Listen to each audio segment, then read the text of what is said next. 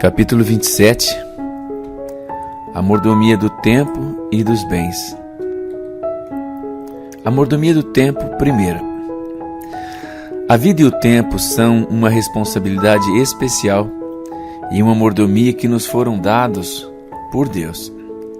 O tempo é uma parte da eternidade que Deus nos entregou por empréstimo. Cada hora que passamos sem significado é uma bênção em potencial não realizada para o reino de Cristo.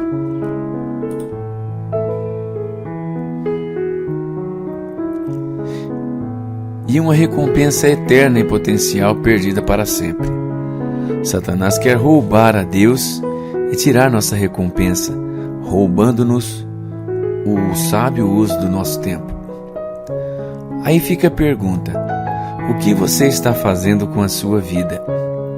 Envolve ainda uma segunda pergunta: o que você está fazendo com o seu tempo?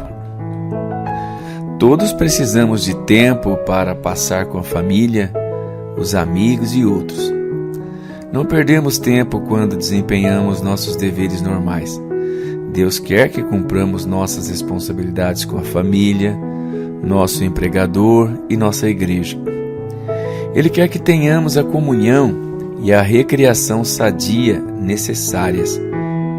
Isto é importante para a saúde física e mental. Todavia, o líder, pastor, é responsável por ensinar seu povo a usar o tempo livre sabiamente. Caso contrário, o tempo é desperdiçado e perdido para sempre. 10 minutos são suficientes para ler 1 ou 2 capítulos da Palavra de Deus. O cristão que faz uso de listas de oração pode sempre investir sabiamente 10 minutos em oração. Os livros do céu contêm registros do tempo que não usamos ou desperdiçamos?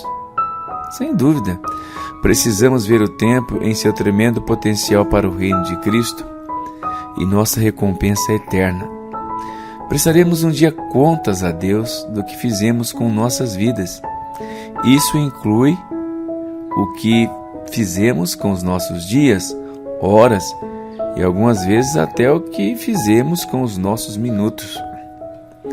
Se todos os minutos ociosos dos membros da sua igreja durante uma semana fossem investidos em oração pelos seus serviços, seu ministério e atividades da igreja para alcançar os não salvos, haveria um aumento de bênçãos, resultados multiplicados e toques de bênçãos de reavivamento.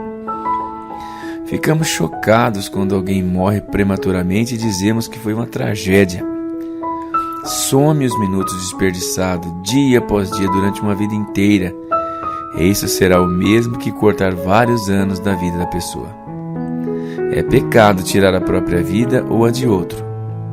É igualmente pecado matar vários anos da nossa vida mediante o tempo perdido. O efeito é uma perda tão grande como se alguém tivesse matado você vários anos antes do tempo em que teria normalmente morrido. Há alguns anos, enquanto ministrava na Nova Zelândia, fui apresentado ao Sr. Wright, um batista leigo, zeloso em Upper Hutt. Ele era assinante da revista Revival, que eu então publicava. Ele tinha profundo interesse pelo reavivamento da Nova Zelândia e do mundo inteiro, assim como por missões, especialmente a OMS Internacional. Ele leu no mesário da OMS sobre a morte de um parceiro de oração da OMS na Flórida, Arthur Wood, que passara a maior parte dos seus anos de aposentado orando ao redor do mundo e pelo ministério da OMS. O Sr. Wright me perguntou: "Você acha que Deus me deixaria substituir Arthur Wood?" Eu lhe garanti que acreditava que Deus se agradaria muito disso. Ele me mostrou então um quarto em sua casa que reservara como seu quarto de oração. Eu me levanto pela manhã e depois do café venho para este quarto e passo grande parte do meu dia em intercessão. Gostaria de ver o meu livro de oração? Ele me mostrou um livro grande e preto de folhas soltas. Vi neles mapas das várias nações onde a OMS trabalha, fotos com nomes de missionários, evangelistas nacionais, pastores e outros. Aqueles eram os seus chamados de oração, seus mapas de oração, suas listas de oração. O Sr. Wright já está no céu há alguns anos agora, mas tenho certeza de que através da eternidade ele agradecerá repetidamente a Deus por ter dedicado os últimos anos de sua vida à intercessão depois de se aposentar. Pense nos milhares e milhões de pessoas que poderiam ser ganhos para Cristo se todos os aposentados cristãos investissem pesadamente o seu tempo na intercessão. Os anos de aposentadoria deles poderiam ser os mais felizes e produtivos das suas vidas. Um investimento grande e eterno. Os aposentados poderiam tornar-se milionários da eternidade em bênçãos. Você é responsável por treinar o seu povo a investir em intercessão. Mas pense em como será censurado no céu se deixar de treiná-los a fim de que possam ser assim recompensados. Os cidadãos mais velhos e os aposentados da sua igreja são a sua responsabilidade pessoal. Você os ensinou a investir seu tempo para receberem o máximo de bênçãos de recompensa. O tempo da aposentadoria não é deles para desperdiçar do jeito que quiserem. É uma responsabilidade especial dada por Deus. De diversas maneiras, Deus pode usar partes do tempo desses aposentados para visitar os doentes e os idosos, ajudar nos vários cultos da igreja, ajudar nas visitas evangelísticas, no trabalho especial com as crianças. Ensine a eles o privilégio de uma leitura consistente da Palavra de Deus, de grandes investimentos em oração. Faça com que se tornem parceiros especiais de oração no seu ministério, dando a eles listas semanais de oração. O que é mais saudável do que exercitar-se caminhando? Você já tentou investir meia hora ou mais por dia num passeio saudável a pé, durante a qual faz intercessão pela sua igreja, sua comunidade, sua nação, missões, seus entes queridos? Tente fazer uma caminhada de oração. Isso pode ser uma bênção. Agora, a mordomia da vida. Os jovens da sua igreja são uma responsabilidade sagrada. Quantos jovens da sua igreja Deus irá chamar para o serviço cristão? Você está equipando cada um deles para uma vida cristã útil? Você tem Timóteo, pessoal a quem está preparado para o serviço do Senhor? Quantos dos seus jovens não têm alvos adequados na vida? A quantos falta a orientação paternal adequada ou o encorajamento para se prepararem para ser mais úteis? Deus quer usar você para desafiá-los com a ideia de um possível chamado para alguma forma de serviço cristão. Se você tem olhos para ver os jovens ao seu redor e ouvidos para ouvir a orientação de Deus para você, você pode ser usado por Deus como Paulo e outros líderes foram, passando a fazer parte do processo divino de guiar muitos jovens para o serviço do reino.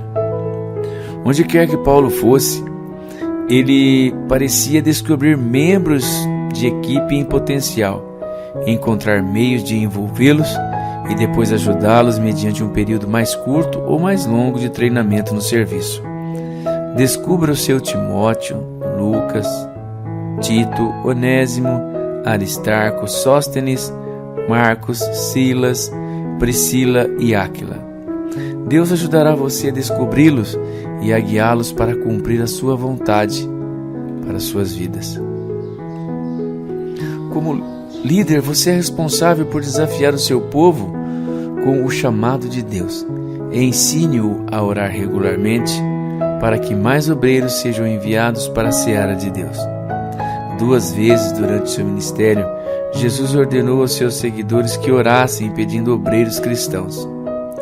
Ele contou a parábola urgente dos trabalhadores que estavam à espera de trabalho. quantas pessoas serão chamadas para o serviço do reino por sua causa. Toda a terra pertence a Deus, Ele a criou, Ele a emprestou para nós, Ele é o nosso locador. Estamos em débito para com Ele por tudo o que usamos ou temos. Nossas casas são feitas de materiais tomados de empréstimos.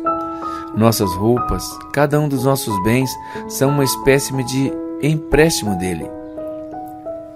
Nossa vida pertence a Deus. Ele nos protegeu e proveu nossas necessidades.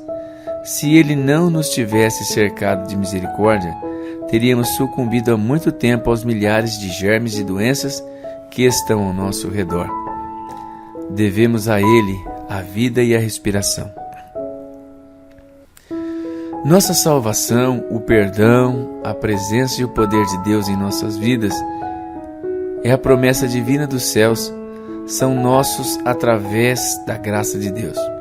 Somos devedores do Calvário. Somos devedores por tudo que somos e por tudo que temos.